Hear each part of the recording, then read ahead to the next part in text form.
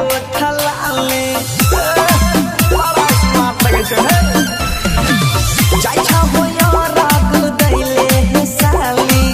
करी के मेकअप लगा के उठा लाले घर में मारा हो तलाबाजी जा संग में तोरा हमहु चलाबाजी जा दलबाजी जाए हो डलाबाजी जा छठी घाट लेके चला डलाबाजी जा डलाबाजी जाए हो डलाबाजी जा छठी घाट लेके चला डलाबाजी जा तोरा साली जी कहते के हम नहीं जे आप ना घलो शांति रिकॉर्डिंग स्टूडियो राजागंज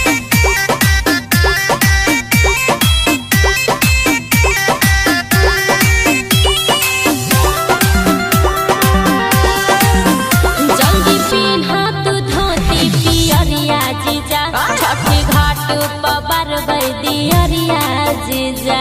घर में से लेके हाली हाली पेन्हो रे लेट हो छा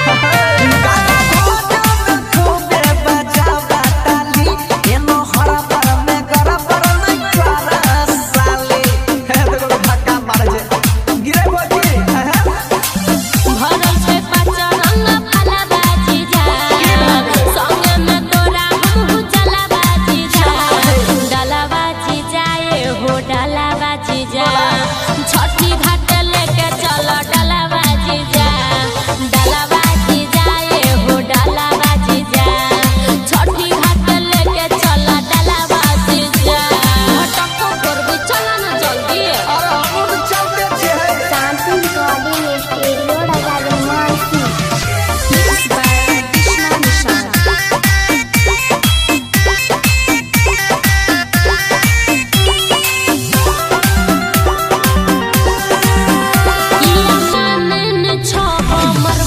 जीजाजी श्रद्धा से करबै चल पूजा पाठ जीजाजी कभी काल सालियों के बात मान लेल कर चल मैया के तुमसे राग ढारबै छठी मैया के पूजा दोनों साथ करबै एक साथ डुबकियो लगेबै